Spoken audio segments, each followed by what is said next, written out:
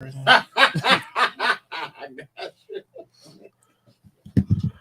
right. All right. What episode number we on? 298. Okay. 298. 298, the technical file. We ain't gonna hold you. Go ahead right to the theme music.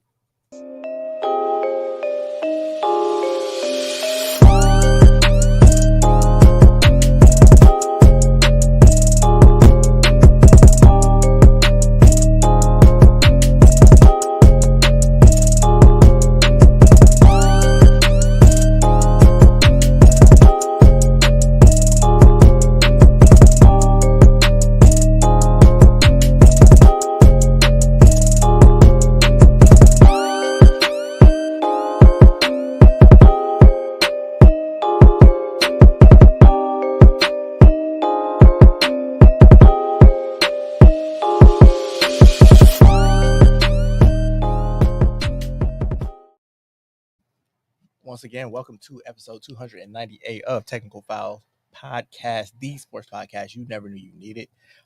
It's just a duo this week. It's just me and Ken. Dynamic duo out here.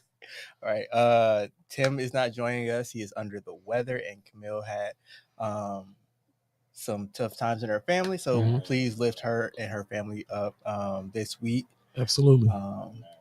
But I am the Eric J. I'm only the Eric J. And I am K Harris, the gentleman.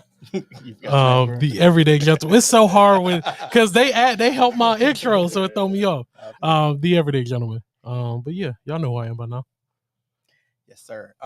So again, it's just the two of us, so it's a little bit of a pared down version this week. No game that needs a name. Nah. Sports Factory Week, I'm gonna pull one out my ass. Yesterday was the anniversary of KD's toe on the line. That is like one of as Tim would say, Sideshow Bob's. Sideshow Bob, yeah. Why was that so late in the year? Because of COVID, like after the bubble, they started late. Yep. I also think either yesterday or the day before yesterday was the anniversary of Game 7 Cavs Warriors. So okay. A couple important Game 7s. Probably two of the more entertaining Game 7s that we've seen. Like both were like defensive struggles. Yeah. But yeah, no, like I think that overtime session was probably the ugliest 5 minutes of basketball I've ever seen in my life. But it's also like a new core memory for me. Like it's like one of the happiest moments of my life, my basketball watching live. There. So yeah, shout out to Giannis and the crew. Yeah, it was a good time for the city, man. Yeah. It was good to see the city happy, everybody come together and stuff like that. That was the moment he jumped on the bandwagon. I wanted them to win because I'm from here. I ain't jump on the bandwagon. Y'all ain't heard me say nothing about no Bucks this year. So I ain't jump on no bandwagon. But it was good. No, I was happy for y'all though. Because like y'all been riding like diehards for the Bucks for the longest. So it was good to see y'all like actually get one. And I think Camille and I were supportive of you the year before. Yeah, no, y'all were. Y'all were. Yeah, Tim always hating. Oh, hating ass nigga.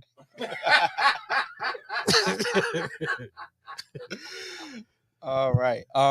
But with that being said, please make sure that you subscribe to Technical File on YouTube. We are doing a push right now. It's very important for us to get to 500 subscribers. So please, if you're watching this right now on YouTube, hit the little subscribe button down there, hit the notification bell so you know when we go live Tuesday around 7 o'clock.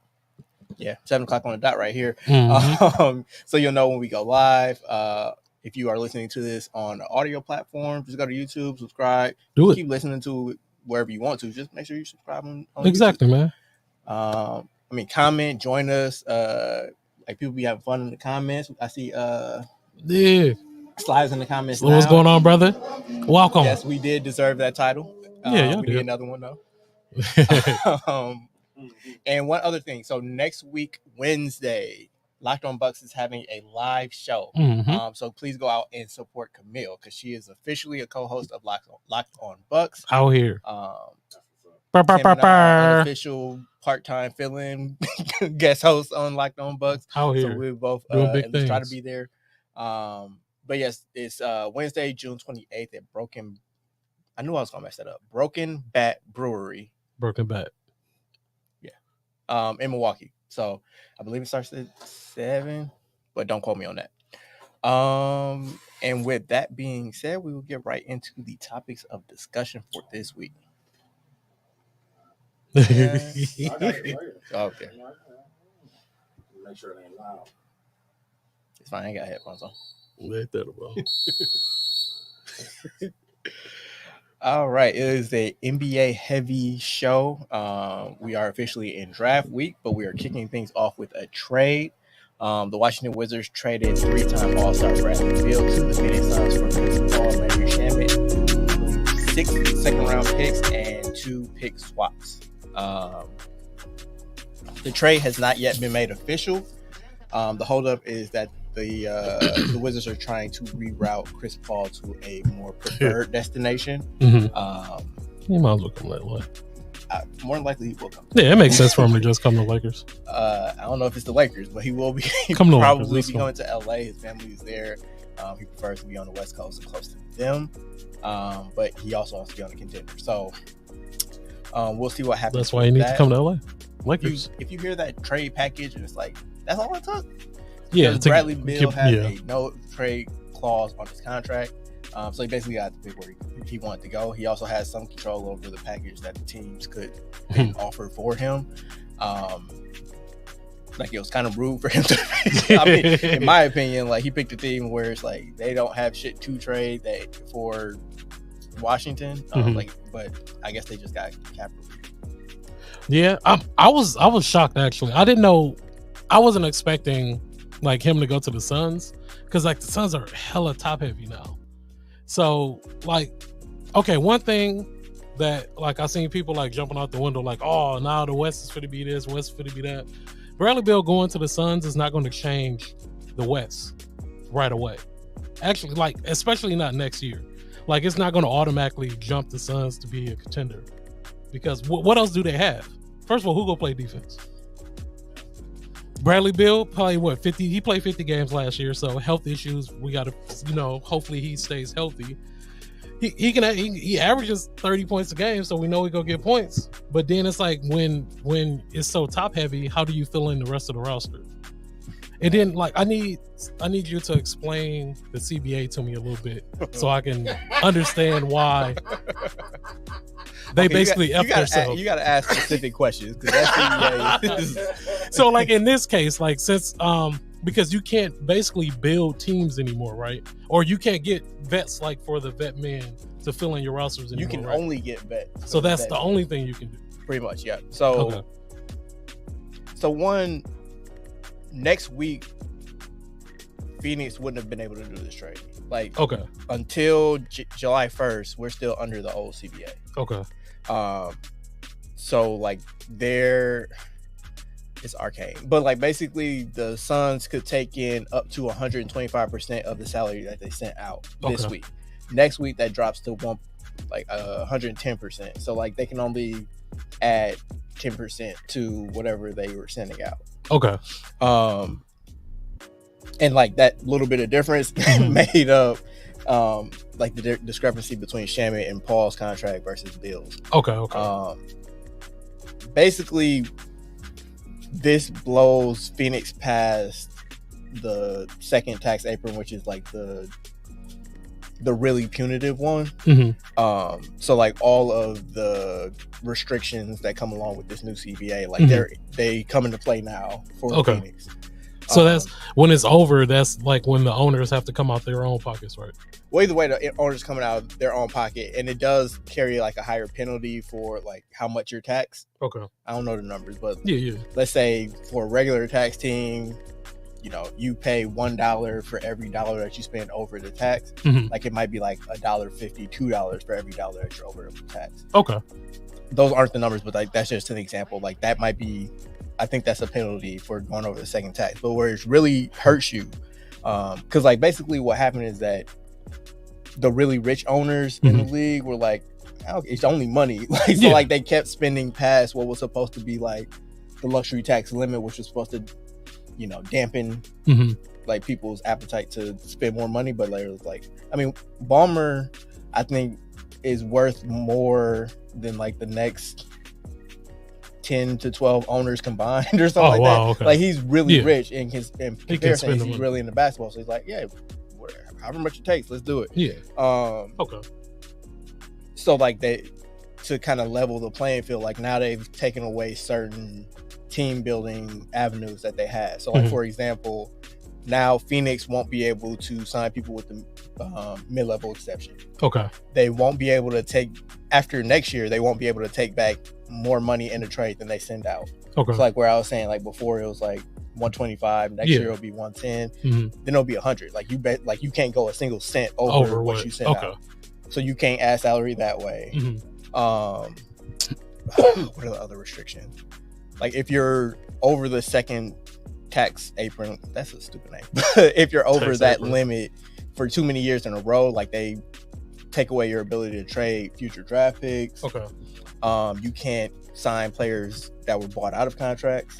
So like how before it was like, oh, you know, somebody on the last year of an expensive contract, they get traded somewhere and they're like, oh, we'll just buy him out, and then they go Russell Westbrook. Okay. Like he goes to the Clippers. Like he wouldn't have been able to do that. They just wouldn't be able to sign anybody that was bought out of a contract. Okay. So against like all these little loopholes that teams found in the previous CBA to continue to add good players and to continue to add salary on top of where like they were supposed to. Okay. Like all of those loopholes have basically been closed. Okay. All right. So the Suns basically have for the next one, they don't have any draft pick. Well, I shouldn't say that. Second round, they don't have control over any of their draft picks for the next 7 years. Jesus. So, you know, the NBA rule is that you can't trade first round picks in back-to-back years, right? Yeah. So they traded away all the first round picks that they could. In the years in between those, they gave up pick swaps. So even if like they wouldn't be able to take like, oh, we got our first round pick this year because we traded the one for next year. Like, no, that don't work. Like, your pick, if it's low enough, goes to Washington, then on the back end goes to Brooklyn. So they're not in control of their draft pick for the next 7 years. Jesus. They won't be able to sign anybody over a veteran minimum for the next couple of years. And that was the other thing. And you can't combine contracts anymore in trades, like if you're over that second tax. So like my example last week, where it was like you can't take a $10 million contract and a $5 million contract and go out and get a $15 million contract. Yeah, like you could do that now, but you won't be able to do it over the tax. Okay, so like that was another way that teams were getting better players. It was like, okay, I'll sign, you know, Nicholas Batum for, you know, $5 million above what he's really worth, because then I'm gonna use like that contract to combine with another one to go to get somebody who I really want. Okay, Eric Gordon or whatever it is. You know what I mean? Like, yeah. So, okay. So again, like the Suns won't be able to do that. So like basically, this is their team, and they don't have constructed. They really can't do anything. They can't really do anything so unless they're going to trade away one of the core. You know, like Ayton, they can still trade, I guess. Okay. And they can turn Ayton into like 2 or 3 players. Yeah. That probably suck, but they can at least get some more depth that way. Okay. Yeah, because it's looking pretty scarce for them right now. Yeah, I don't know. But also I get it, because like more than likely they were going to be over the second tax anyway. So it's like you might as well get a good player for it, if you're as opposed to like bringing back Chris Paul at 38 and DeAndre Ayton, who you don't really want, and then you sign like one dude. Ayton, you never know what you're going to get. He'll come play one night, then one night play like you don't want to be there. I was listening to something earlier this week, and they were saying like he definitely gets upset and doesn't play as hard if he's not getting the ball on offense, which is like on this team you're never getting the ball on offense. So he just be pouting. Yeah, so he's just gonna be pouting, which is probably the frustration of like Monty Williams and Chris Paul specifically. Yeah, but also I get it. Like that's been the story of big dudes forever. Like you gotta keep them involved offensively if you want them to do all the dirty work. Like defensively, setting screens, rebounding, all that stuff. So, like, I get it on both sides. It's like you shouldn't do that, but it's also human nature to a degree. Yeah, to do it. What else we got? So as I mentioned, he had a no trade clause. There were 4 teams really that were mentioned as potential destinations, the places that he would have waived his no trade for. Washington wound up giving him permission to go and talk to these teams. So it was Phoenix, Miami, Milwaukee, and Sacramento. To your point, I thought he was just going to Miami because it seemed like they had the cleanest fit. Yeah, it made more sense. Pathway to make a trade. Yeah. But apparently Miami didn't really go. Like they kind of acted like they wanted to get in, but they weren't really Phoenix was really recruiting them hard. They're like, hey, you know, like KD, Book, all of them were like, yo, we need you to come. Like, come on, man, pick us. Miami was kind of like, I mean, it's cool. If you want to come, it's cool, whatever. You know, and like they didn't offer up Hero at any point. Like I think it was like Lowry, Oladipo, and like maybe a first round pick or something like that. Is he our age? He older, I think. Are you older than us? Okay. I want to say it was class of 04. Okay. I'm hearing like that Miami fit would have been crazy. Yeah. And I mean, like he's been rumored to Miami for forever. Mm-hmm. Yeah, so, I do remember that. I don't know. It was interesting that Milwaukee was mentioned as a team that was interested in bringing him in, and that he was willing to talk to. Mm-hmm. What would have it taken to get him here? Unless Chris Middleton was opting in, mm-hmm. And then they could have traded him. I think it almost had to have included Drew Holiday. Okay. So Drew and Chris? Drew or Chris, one of the two, would have to be like the matching salary. And given what he was traded for, it's like that would have been an overpay. Mm-hmm. And like Bradley Beal is one of them dudes that you want to add to your existing pieces. Like you don't want to give up a piece. Like I don't think he's necessarily better in totality than Chris Middleton or Drew Holiday by themselves, especially not when he's like making double their salary. Yeah, no, that makes perfect sense. He gets you some points. You don't hold defense for nothing.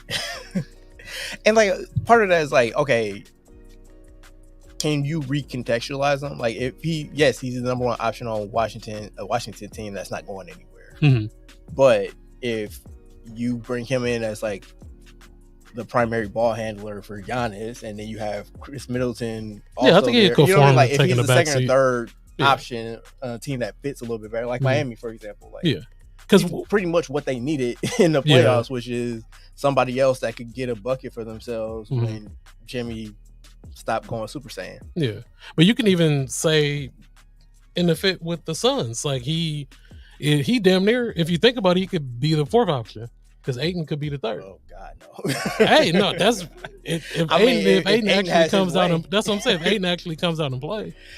My concern, like, I don't hate, like, from a talent standpoint, like, I don't hate it for Phoenix, and like I understand what it does to their salary structure, and like he's super expensive. Like his last year, I think he has like a $57 million player option, and he'll be 33.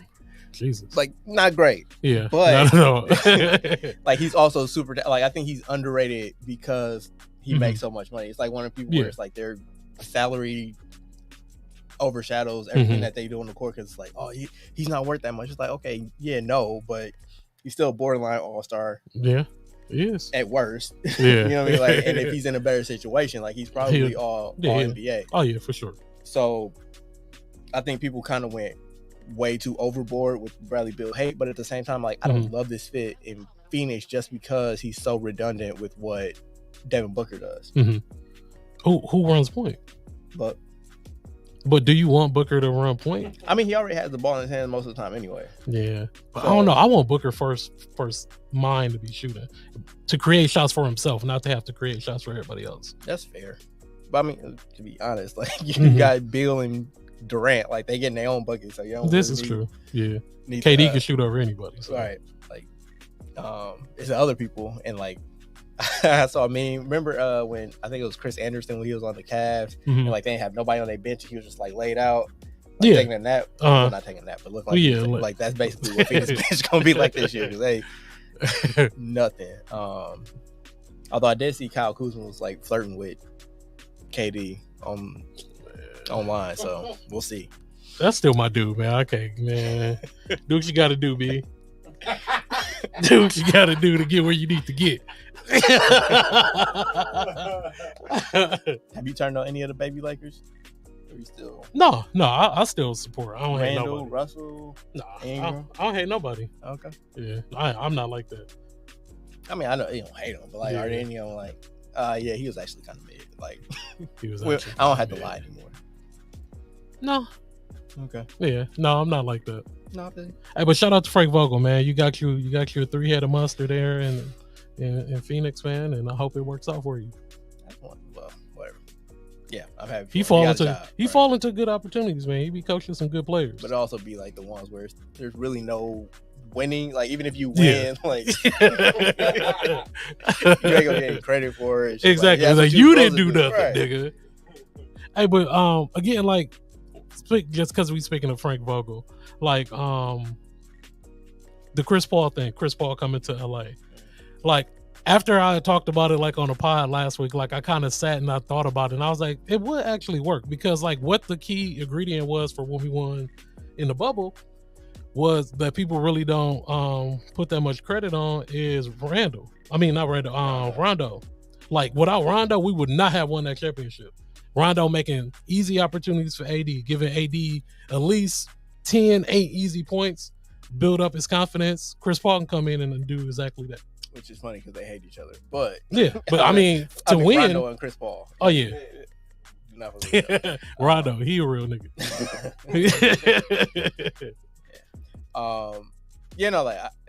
Like I said, Chris Paul, his whole family is in LA. Like that's part of the reason that he chose Phoenix in the first place is because it's close to LA. I think it's like maybe an hour flight.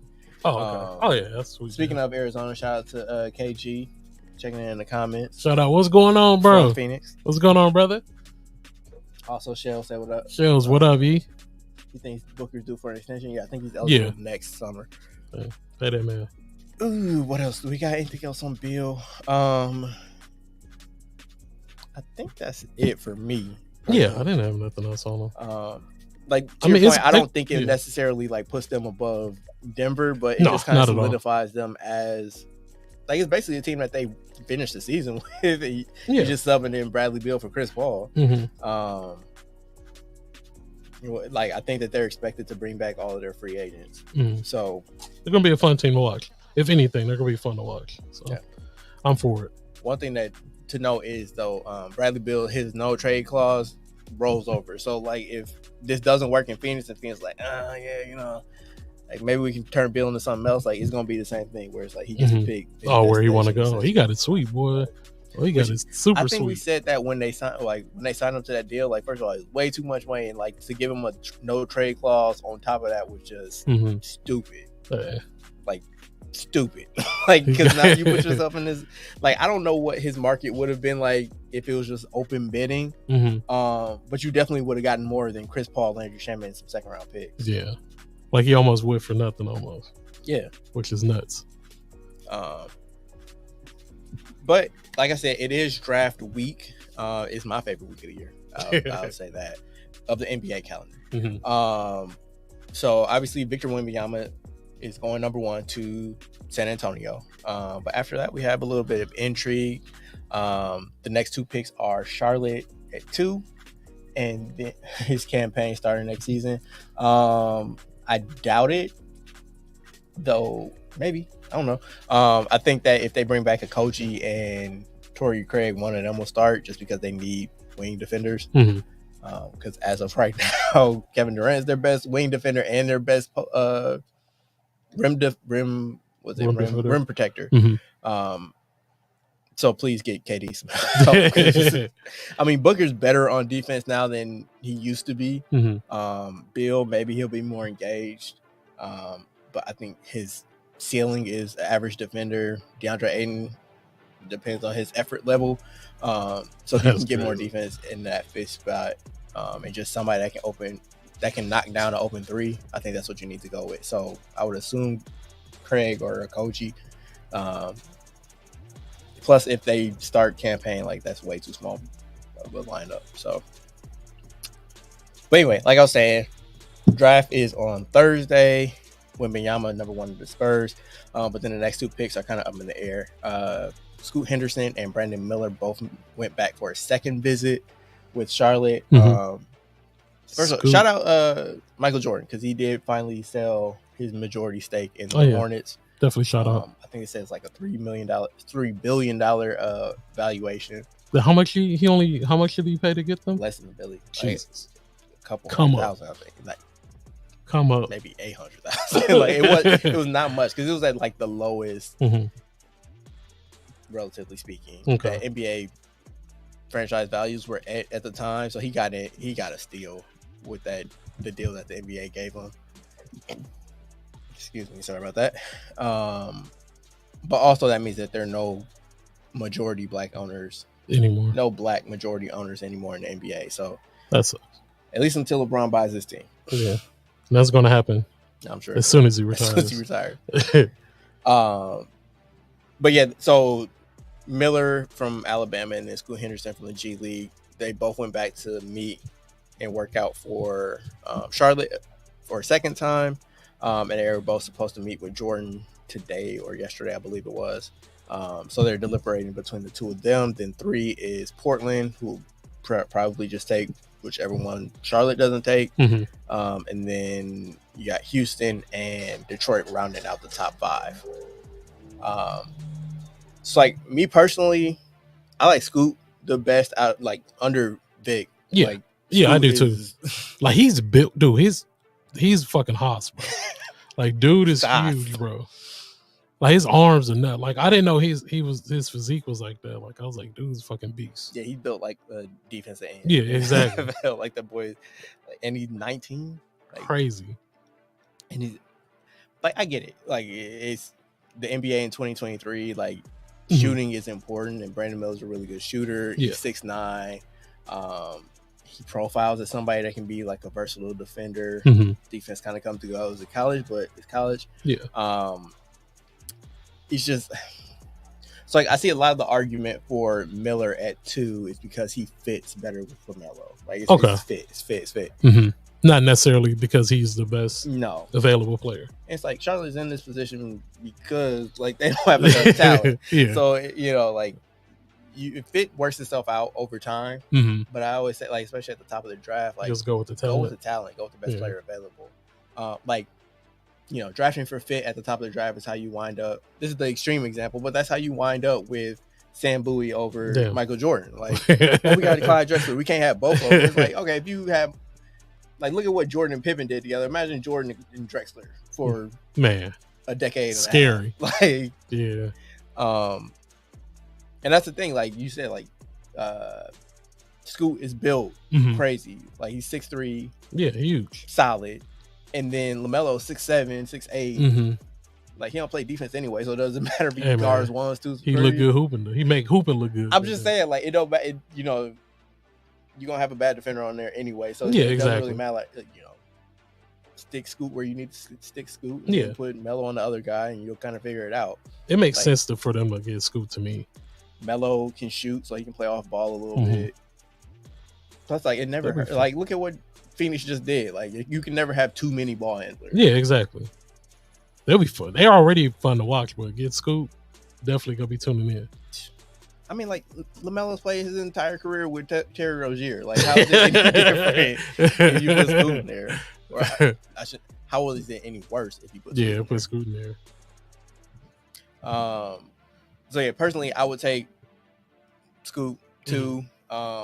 Miller, I think by default he's the third best player. Like I don't think there's another one that really jumps to that level. But like, if you haven't seen clips of the Thompson twins, do yourself a favor. I just saw them last night. Because Amen Thompson is the one that's expected to go higher. He's the one that's kind of like more of a point guard. Like they're identical, same height, same face. Like they look the same. They do. Exactly like when they're on court, but like they play slightly different.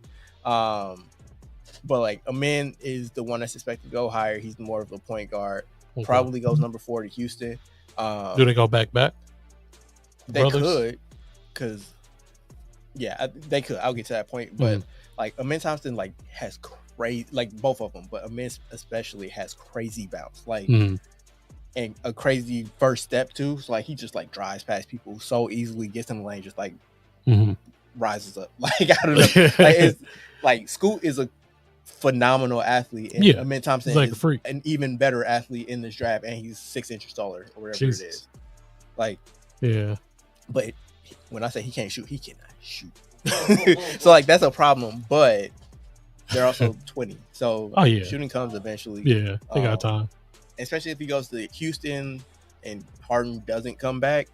Like him, Jalen Green, KJ Martin squad down here. They squad young, hungry. Şengün doesn't really fit into what I was setting up, but like just the number of athletes that they have on that team, like the length, the size, Jabari Smith Jr. Like obviously not all those dudes will probably pan out in Houston, but like for a young core of like dudes to kind of build together, like you have every position kind of like with an intriguing prospect at the very least. So like I think throwing him into that mix should be pretty interesting. Now if they bring back Harden and then just go hog wild with a bunch of vets, like maybe go with like more of a scorer or like more of a wing, like a Cam Whitmore or well, Gary Dick, that's too high for him, but like maybe Jarace Walker from the University of Houston. He's more of like a 4.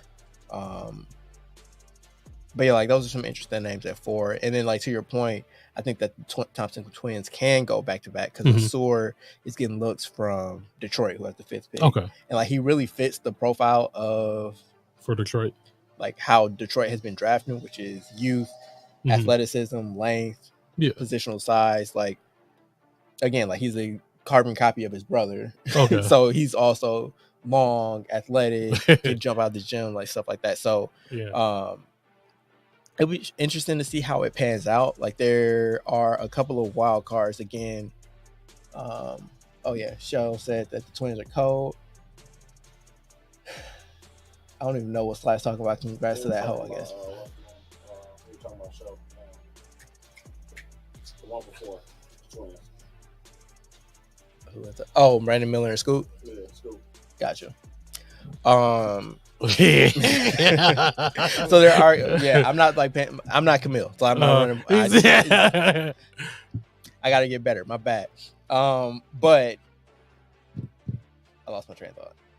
A couple of wild cards. So one, apparently New Orleans is very interested in getting up to 2 or 3 to draft Scoop. New Orleans, okay. There's one of 2 ways that they can get up there, and that is either one of their all-star forwards. And apparently they're more open to moving Zion than they are to Brandon Ingram. Makes sense. But allegedly, like, they're not interested in trading either one of them. So it's draft week. Everything that you hear as far as rumors, take everything with a pinch and a half of salt. Everything that leaks this week is leaked for a reason, and it's not because the public just needs to know what we're doing. We're trying to change the narrative. Exactly. So maybe it's true, maybe it's not, but like that's at least the scuttlebutt around. So I have a couple of conspiracies based on things that have been reported. Where your hood at? I forgot to wear a hood. I don't know, so bring it down a little bit lower. Conspiracy brother. So this morning, Jake Fisher from Yahoo Sports tweeted out that Portland is expected to keep the number 3 pick unless they can trade it for a premium star. He gave examples of Paul George or Bam Adebayo, who the Blazers are preparing to make a significant offer to Miami for. If you follow the Dame Lillard thing that I'm just completely tired of at this point, Miami is like the number 1 destination, apparently, that if Dame were to request a trade, possibly, allegedly, maybe, Miami would be at the top of that list. He said Bam's his boy, he loved Bam, blah, blah, blah. So my conspiracy is that it's not even really a conspiracy. It's just like, I feel like this is the Portland. This is the Blazers just fucking with Miami. Like, how does that shit feel? Like when we throw your star player in the trade rumors and they get him mad at y'all because like, oh, y'all shopping me, y'all trying to trade me. So like that's a little bit of not reverse psychology in your face, right? Exactly. It's like we can throw bullshit out there too. Like Dame don't want to leave, we don't want to trade him. Leave us the fuck alone. Like basically, like that's what it reads to me. But because like there's no way at the Heat are breaking up a team that just went to the finals. No, that makes no sense. Like they'll add to it, but they're not gonna. Jimmy and Bam aren't going anywhere. No, that's the core. Yep. Second conspiracy though is number 2. As I mentioned, there's a lot of scuttlebutt around Zion right now. Yeah. Speaking of butt around Zion right now. Speaking of butt. She went to the store, was like, let me get the 2X. She got 2X everything, nigga. Man. That's about all that I can say comfortably on this show. Yeah, exactly. That's why I love. But like there's a lot of smoke around here. So one, obviously, basically since he got drafted, everybody's been like, "Oh, Zion trying to get to New York. Like he doesn't want to be in New Orleans. Yeah. Like what can New Orleans do to keep Zion happy so that he wants to stay here long term? Will he, take the qualifying offer when he's up for it after his rookie deal to try to get out of there as soon as possible?" Like there's been noise basically since the Pelicans won the lottery that year that Zion would try to go to a bigger market. So like that's nothing new. What has changed is that they just fired Teresa Weatherspoon, who's apparently she was a assistant coach with the Pelicans, and she was apparently like Zion, the closest person to Zion in the entire franchise. Okay. You obviously have all the social media stuff that's been going on with Zion, which really isn't that big of a deal, but you can see it being kind of like the last little tipping point if they were for them to make a move. Apparently he met with David Griffin, who's the GM of the Pelicans last week. Okay. They had to sit down. It wasn't reported what they talked about, what the point of the meeting was. But it kind of said, like but you could see that being kind of like a come to Jesus moment. It's like, okay, what do we want to do? Where do you want to go? Where we gonna see you on the court? That's first thing. And like that, and so like last year, I believe it was last year or the year, like sometime when we were doing this podcast, before he signed his extension, I'm like, is this the time to trade Zion? Like when there's all things about like basically they had to beg him to take a max contract, which is never a good sign. And it's like, you just cut your losses. Like he's been injured for most of his career. Yeah. You could get crazy value because people are only going to see, oh man, Zion, he's a, when he's on the court, he's great. Yeah, freaking extra. Maybe their training staff just sucks, so we can get him here. He can be healthy. Yeah. Like that would, again, like Bradley Beal from a couple of years. It's like a couple of years ago was the right time to trade these guys. If you want to trade them, if you trade them now, you're basically trading them at their lowest value. Yeah. So I just want to point that out. Like I've been on this train for a long time, but this might actually be the time, because if they do love Scoot as much as they've been rumored to, you do have two teams, Charlotte, who they have LaMelo, but then he's from South Carolina, so it's going back close to home. If there's any team that needs a marquee star, it's Charlotte. He went to Duke. It makes sense. They have a new owner, and as we've seen from Phoenix, new owners do irrational things sometimes that you can take advantage of. You gotta put butts in seats. Like that. It's the same way that the Lakers getting the 4th pick that year was a get out of jail free card as far as like trading AD and getting something back of value. Yeah. Like if you're gonna trade Zion, you might as well do it in a year when there are potential cornerstones in the draft at a place that you can get up to by using that Zion. Just get out of the Zion Williamson business at that point. But like to me, like that's the rationale behind looking into it right now. And honestly, if Scoot is there, I'd say do it. I say go for it. It makes sense. And especially if he's there at 3, like Portland is desperate to get a star in there next to Dame. Yeah. And so again, like you can leverage that into, you probably get more out of them than just the 3 pick for Zion, because again, you get Zion and Dame Lillard. Like it's a 2-for-1 trade. So if there is a time to make that trade, it's now, because you know exactly the player that you're getting, and you know that that's the guys you want and that you want to build your franchise around. So, because like anytime these stars get traded, it's always for like 4 draft picks that one of them might wind up being like a mid lotto pick at best. Like it's more likely it's going to be some mid. Yeah, but exactly. Like it's the allure of, it could be anything. Mystery box. Right. So like having that certainty, to me, it would be like, if you are ready to move on, like now is the time to do it. No, that makes perfect sense.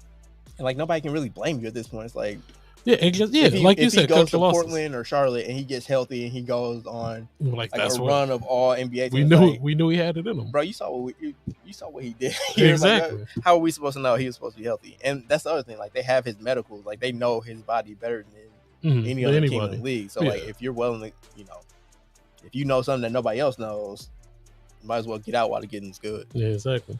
Need to holler LeBron, get some of that secret serum. I'm gonna leave that alone.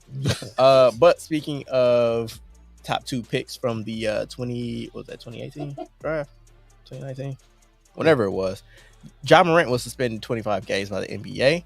The league office found Morant intentionally and prominently displayed a gun while in a car on May 13th, the second such occurrence over the last 3 months. The NBA said in their press release that Morant wielded the firearm while knowing that he was being recorded and that the recording was being live streamed.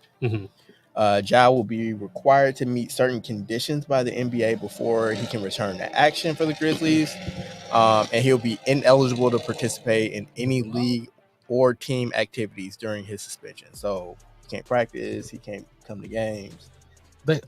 That part don't make sense. Like, I think you should want him to still be around the team because I think he needs that more than anything during this suspension. I am inclined to agree, but playing devil's advocate, you could argue that maybe being away from everything and having all of it taken away from him is like the wake-up call that he needs to kind of correct his behavior. Yeah, I get you. But I did read... You can't hold his hand forever. I did read that like his camp was putting out that it was actually a lighter, that it wasn't a real gun. As I said, when they tried to do the whole toy gun thing, it's even stupider to have like not a fake gun after you just got in trouble for having a real gun. Knowing the block is hot, you finna get popped.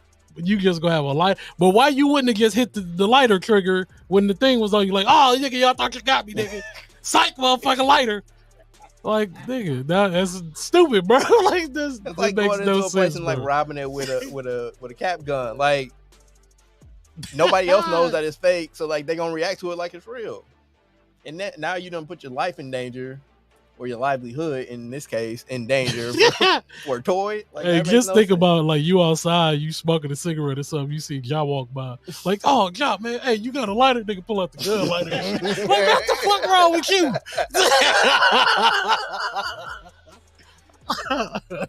It's just so it's stupid, dude. It really is. 25 games though. Yeah, I mean, like, that seems like appropriate. Yeah. Like, I asked the question a while ago, like, what exactly is he being suspended for? Because, I mean, say what you will about the Second Amendment, guns are legal, so like it's not like he's not allowed to have guns. But they say conduct detrimental to the league. So it's an image issue. Yeah. But still, it's your second offense. Like, I can understand the first time being like, oh, I couldn't have guns on IG Live. Like, you could, it's flimsy, but you can at least play the ignorance card. Yeah, exactly. Oh, I didn't know. But the second time around, it's just like, dude, you know you get in trouble for this. Exactly. But then, bro, a lighter, bro. Not even the real one, bro. That makes no sense, bro. Hey, but I really hope that, like, we said this last time, bro. I really hope he get it together, bro. Like, enough is enough, Ja.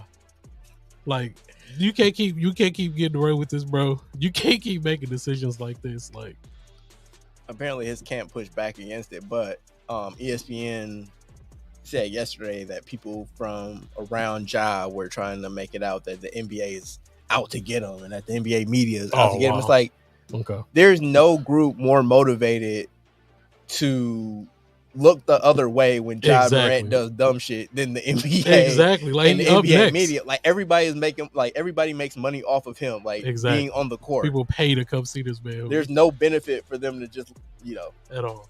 This man jumps out the building, bro.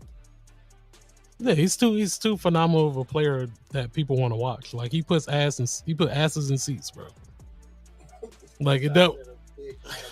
Now that's funny, goddammit. Hey, Sly, I need you to write my material, my nigga. Oh shit! I like that one. But yeah, man. Hey, either way it goes, man. Like he has to do these 25 games, but I just hope it wasn't a lighter or a toy. Because again, that's dumb as hell. But just hopefully this time away helps them make some, change, helps them grow up a little bit. And I think it lit a fire underneath them though. Like I really think after this, he really go try to like set the league on fire. Like y'all thought it was sweet. So I don't know. I'm excited to see what he's gonna do after this suspension is over. I hope everything changes. I hope he stays over social media for a little bit and just, do what he needs to do to make better decisions. Again, like I feel like it's Nike just signed Wemby. They ain't gotta keep Ja if he makes another mistake. They are standing by him. Mm-hmm. Which speaks to the point, like nobody is rooting for Ja Morant to fail, especially the people that are in business with him. So yeah, it's like, please take the olive branch. Please, take, take the handout that they're trying to give you. Because if you were a lesser player, like they would have got rid of you a long time ago. Oh yeah, absolutely. This ain't David Stern's NBA anymore, where he, takes personal vendettas to the max. Like no, like the NBA is definitely in a partnership with the players now. And, it's to your benefit. So, Ja, just get your head out your ass. Yeah, that's all you got to do, boss. Anyway, so we have free agency actually opens on technically on July 30th, the evening of July 30th. Not July, sorry. June 30th. July 1st. So people are opting in and opting out of their player options for next season. The players to opt in so far have been Danilo Gallinari going back to Boston. Gary Trent Jr. picked up his $18 million option with Toronto. And then Damian Jones picked up a $2 million option with Utah. Kyle Kuzma has opted out of his contract with Washington. He's expected to cash in free agency. And then we still have a couple player options that are pending that include Chris Middleton, James Harden, Jordan Clarkson, Talen Horton-Tucker, and Kristaps Porzingis. Okay. I forgot he was Washington. If I had to guess, Middleton opts out and resigns Milwaukee. James Harden opts out and I don't know what he's doing. Clarkson opts out. Horton-Tucker probably opts in, and then Porzingis is really the wild card because obviously they just traded Bradley Beal, so I don't know what that means for him. Shout out to Lou Will. After a 17-year NBA career, he has announced his retirement from basketball. Shout out. He is a three-time NBA. He's a three-time NBA Sixth Man of the Year award winner, and he is the all-time leader in bench scoring in the NBA's history. Lou Will, shout out, man. Definitely was a fun player to watch. He was a top player in our high school class. I remember that. Oh, for real? I was watching the rankings from like when we were freshmen. Like, who the fuck is Lewis Williams? Man, that man turned out to be lemon pepper. Man, left the bubble. Never mind. As I mentioned before, Michael Jordan sold his majority stake in the Charlotte Hornets to Gabe Plotkin and Rick Schnall for an approximately $3 billion valuation. Once the sale is complete, Jordan will keep his minority stake and maintain a presence with the franchise. The Golden State Warriors have hired Mike Dunleavy Jr. to be their next general manager. Dunleavy Jr., who had a 15-year NBA playing career, is elevating in the front office to replace Bob Myers, who stepped down after 4 titles. Congratulations. Fun fact about Mike Dunleavy, he went to, I want to say it was Nicolay. It was some area high school because his dad was a coach for the Bucks then. Oh, with the Nicolay? No. I think it was He Nicolay. Played for the Bucks too, right? He did briefly play for the Bucks. Keep talking. I'm going to look up his high school. Okay. But yeah, hey, congratulations, man, to Mike Dunleavy. Stepping up. See Bob Myers step down to 4 titles, man. Yeah, he got out before he had to resign. Yeah, I was just going to say, like, that was another opt out. Was Draymond opt out? Oh yeah, he did, Draymond. But yeah, man, I had no clue that Dunleavy went to a local school here though. He attended University of School in Milwaukee his freshman year and Homestead High School his sophomore year. Okay, University School has a beautiful campus. I bet. We played baseball over there. I was like, dog, it's like we going to college or something. You know, it's money around. Yeah, it's hella money.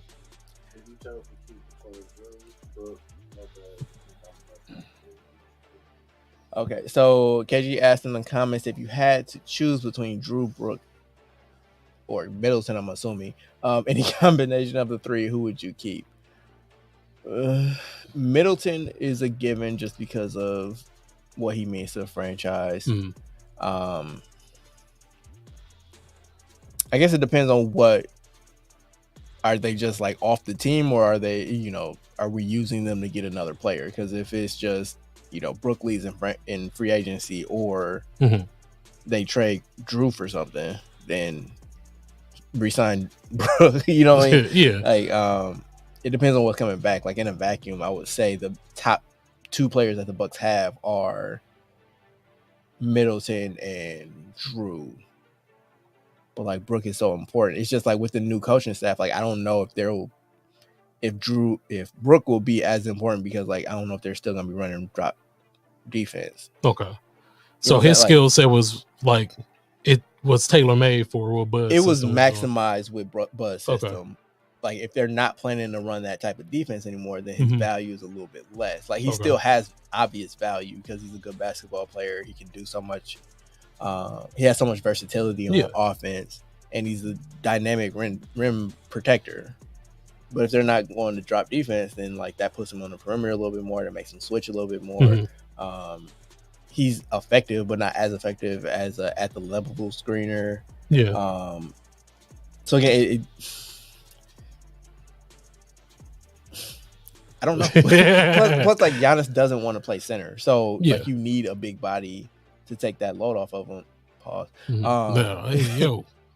But like you do have Bobby Portis, so you at least have a big that can step in. I don't know. That's a good question. What does Sly say? That's how it was when G-Town got their new football field. I stepped on the field like, damn, y'all got money. Yeah, I got money. You got money. Where we at? Nevada Governor Joe Lombardo on Thursday signed a bill pledging $380 million in taxpayer money towards a $1.5 billion stadium for the Oakland Athletics to move to Las Vegas, leaving on the approval of the Major League Baseball to finalize the first relocation of a franchise in nearly 2 decades. Man, I felt sorry for Oakland, dude. The city of Oakland, like they keep losing their teams, dude. And I know that what's Al Davis's son name? Mark. Yeah, it's Mark. He is upset. Like basically, the A's forced him.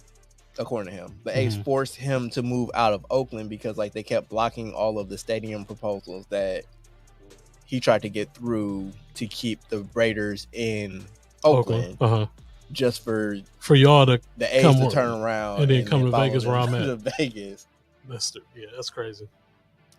So let's see. The A's, whose lease at the Oakland Coliseum runs through 2024, are expected to move by 2025 at the latest to Las Vegas, a city that before the NHL's Golden Knights arrived in 2017. Shout out to them. They just won the Stanley Cup Finals. Didn't have a major professional sports team. The team hosts the proposed stadium, a 30,000 seat retractable roof building at the site of the Tropicana Hotel on the Las Vegas Strip. Would be ready by 2028. They got a stadium on the Strip? I mean, well, I was gonna say like the football stadium. Yeah. Like the football stadium is like across the highway, but it's basically adjacent to the Strip. Oh yeah, it is. Until then, the A's will play about 30 minutes to the west at their AAA affiliate's 10,000 seat park before moving into the smallest stadium in MLB. But yeah, man, I feel sorry for her. Also, Mark Davis is pissed because he's like, this city only can support so many teams, so why the fuck are you moving your raggedy ass? Like, it's cutting into his market share too. So, but sorry, I cut you off. No, I was just saying I really do feel sorry for Oakland. Yeah, like the city of Oakland. Well, that's a lot of money lost, a lot of jobs and everything. Like even the Warriors moving across the bay like was detrimental. Yeah, to lose the Raiders and the A's completely is just that's horrible. Yeah. Another horrible note. West Virginia basketball coach Bob Huggins resigned. He's actually arrested for DUI. I believe it was Saturday night. I think he blew like twice the legal limit in the state. I would never get why people drink and drive. Like, it's too many options out here, bro. You got people you can call. You got Lyft. You got Uber. You can still get taxis, public transportation. Like, it's too many options, bro. There's no reason for it. There's absolutely no reason. Like, it is so fucking dangerous for you to be driving drunk. Like, I just saw this show. It's called like Live PD or whatever. It was about a guy, he went out drinking with his friends and he got arrested and pulled over. They said he was driving, you know, erratically or whatever. Come to find out, like, he killed somebody. Had no clue. Like, when he finally sobered up and they told him, like, dude, like, you killed somebody tonight. Like, he couldn't do nothing but break down and cry. He was like, my life is over, all this stuff, just making one stupid decision. Like, nah, bro. And not only your life is over, and people, the person exactly. Killed, so, like, no. Drinking and driving is never cool. It's never worth it.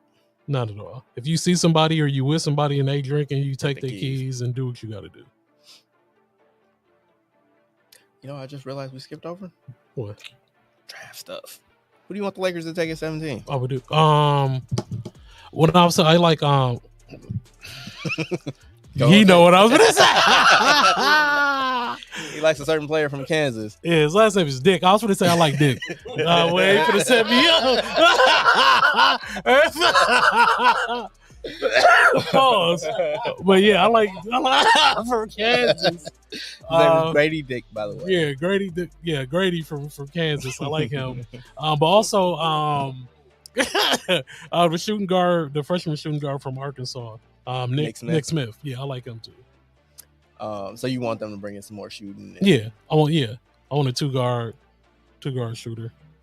Okay. Yeah, that's solid. I did see that the Bucks are shopping Grayson Allen, hoping to pick up a late first round pick.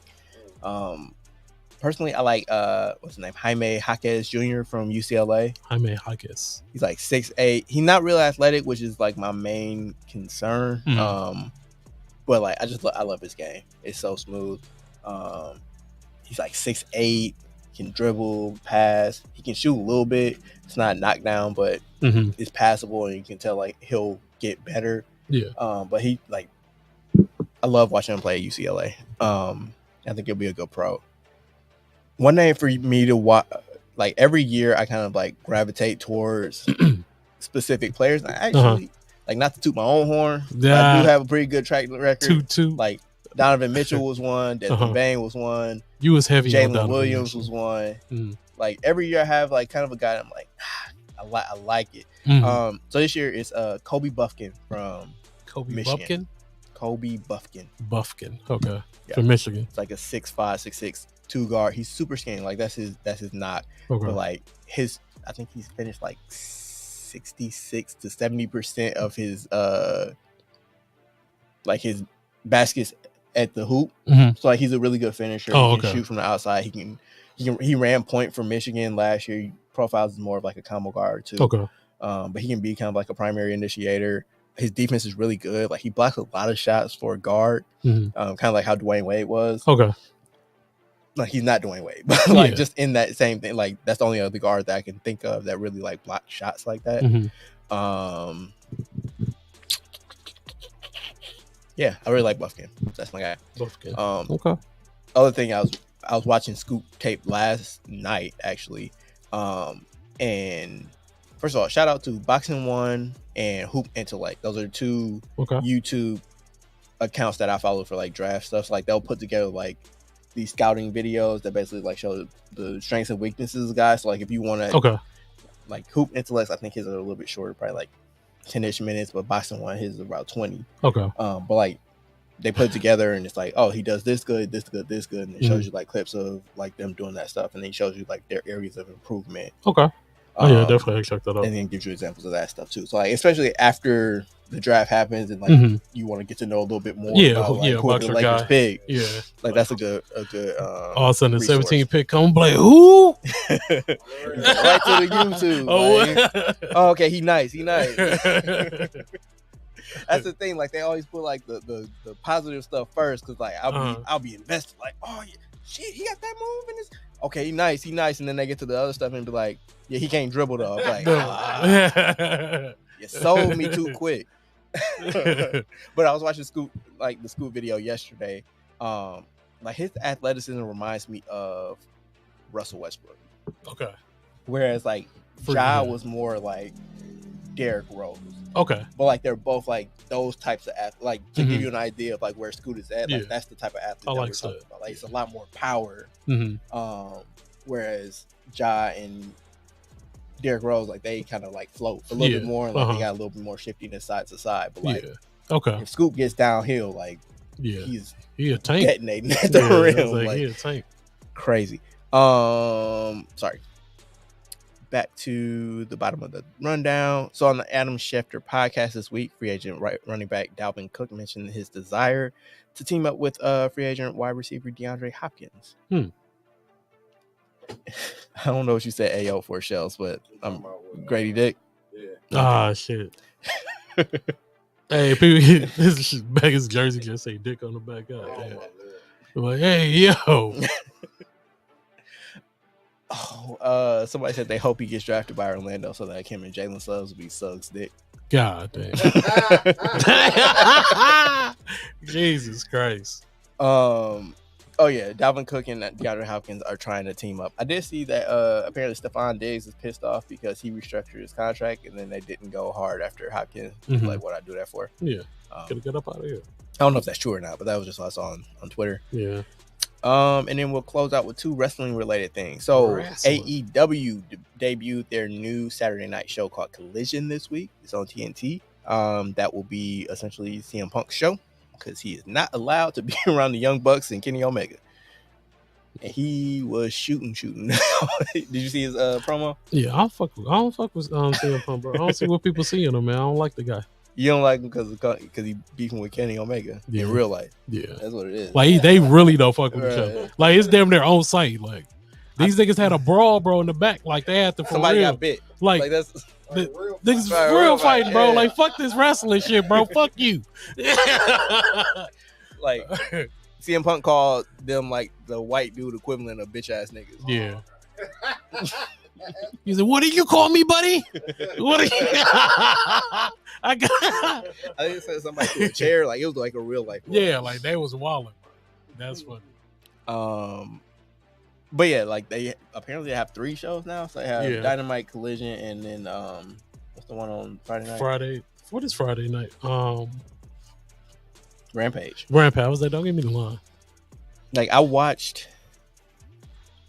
Honestly, my TV was already on TNT, and then I remember that the show was on. But like, I came back and CM Punk was on. I was like, "Oh yeah, it starts today."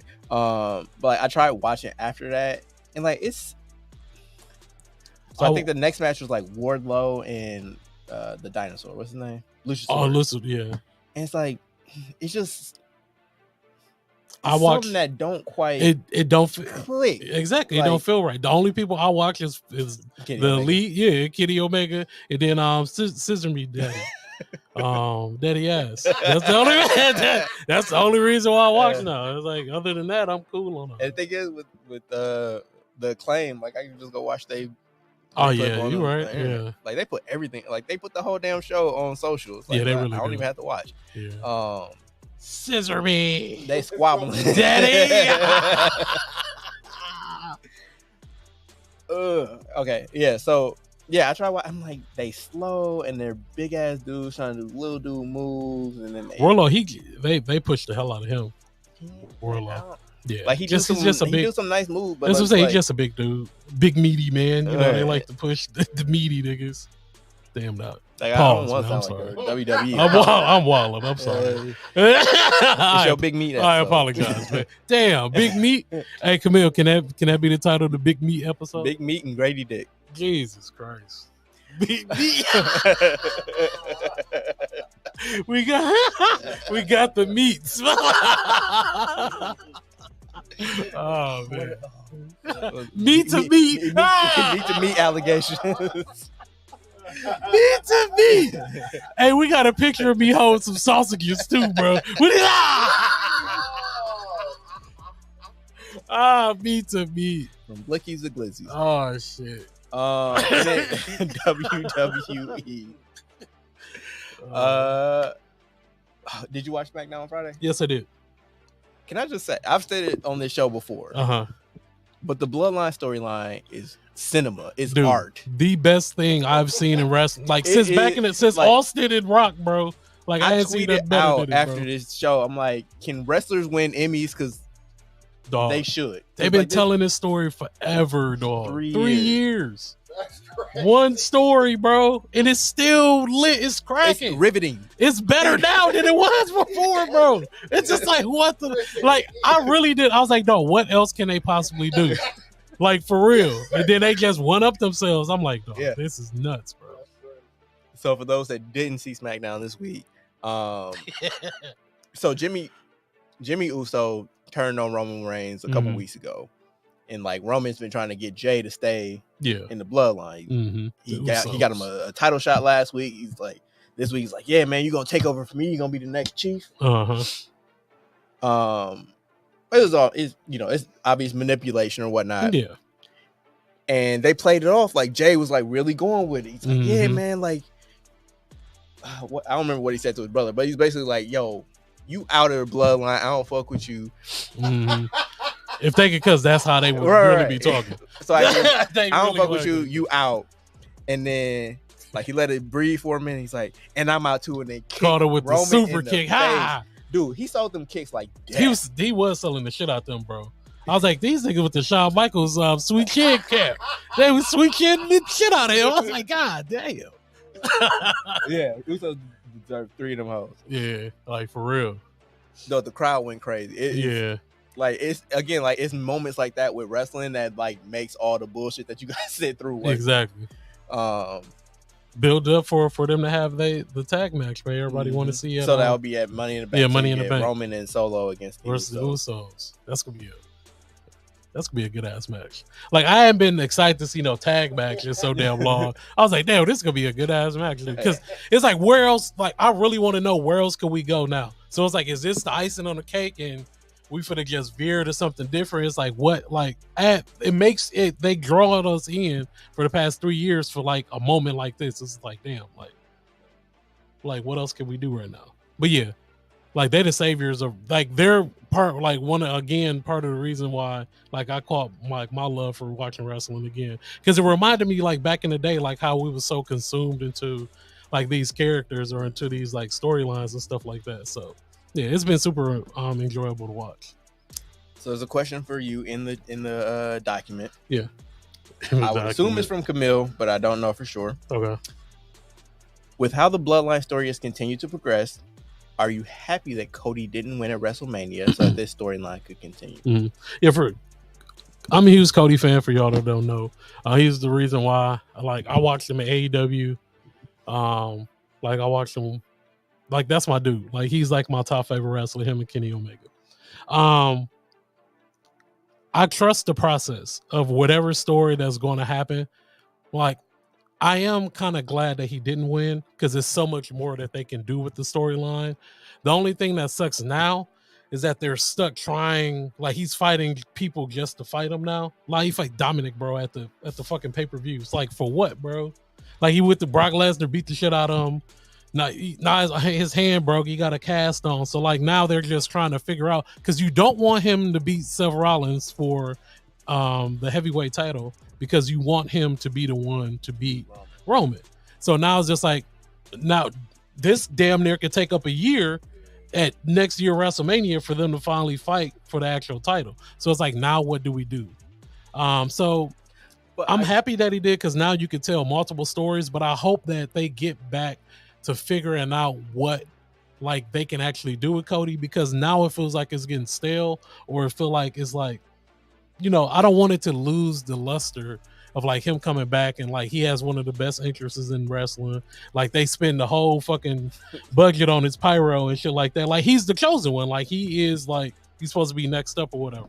So yeah, just like him fighting Dominic, that really pissed me off. Like I'm really pissed about that. Like I would have rather him fight Damian Priest, like beef with him instead of Dominic. But I get the calculation though, right? So one, because his dad.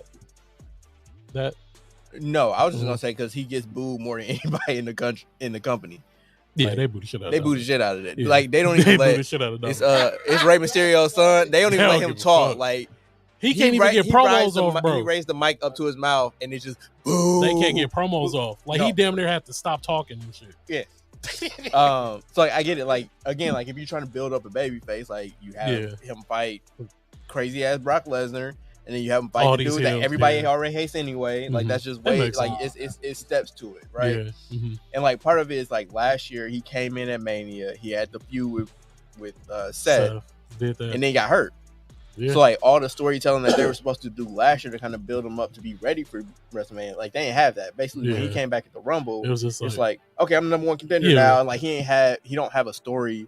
No, he just came back. Like, not his nigga number one. For everybody to be like, oh yeah, he overcame the like all, like again, we talking about the Bloodline, been doing the story for 3 years. Yeah, like you kind of have to have that backstory for people to really get invested in. So like. I get how they're building up Cody to then get his redemption against Roman next year, essentially, right? Yeah.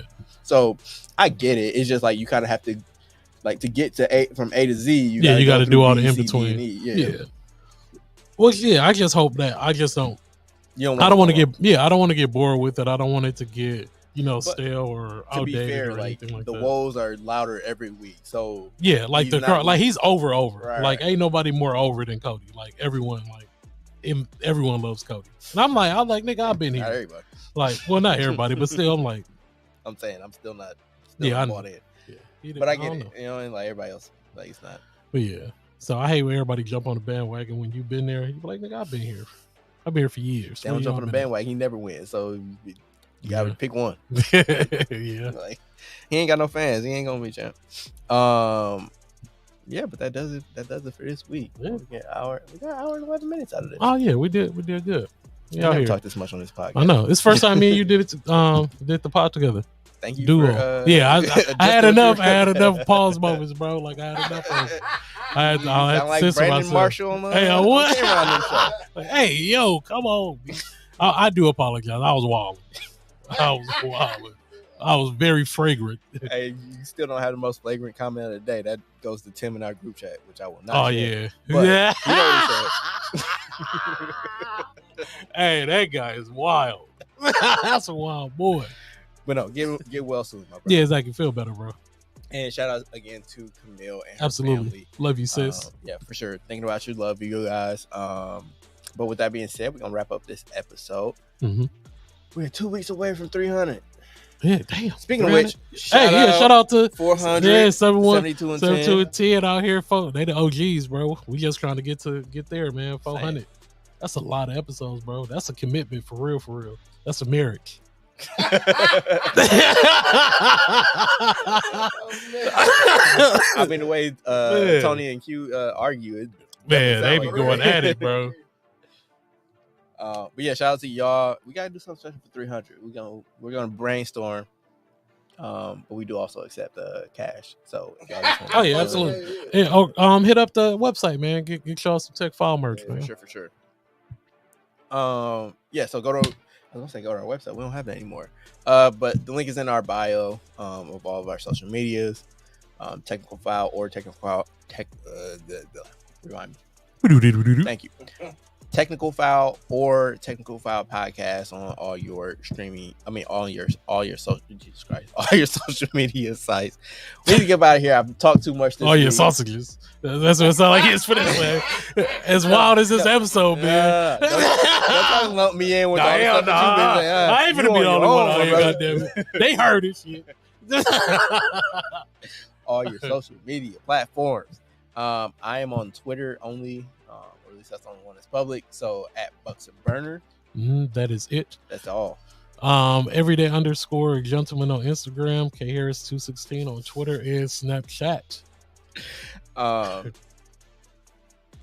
I was going to Camille CAMILLEMONAE on Twitter. Yeah, Twitter, Instagram and PSN Streets. And then 2K Tim Hogwarts. is Timkins3 on Twitter.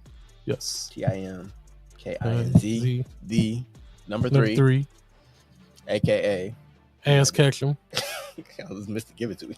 aka aka Mr. Give It To Me. Dilly. Yeah. We'll see y'all next week, man.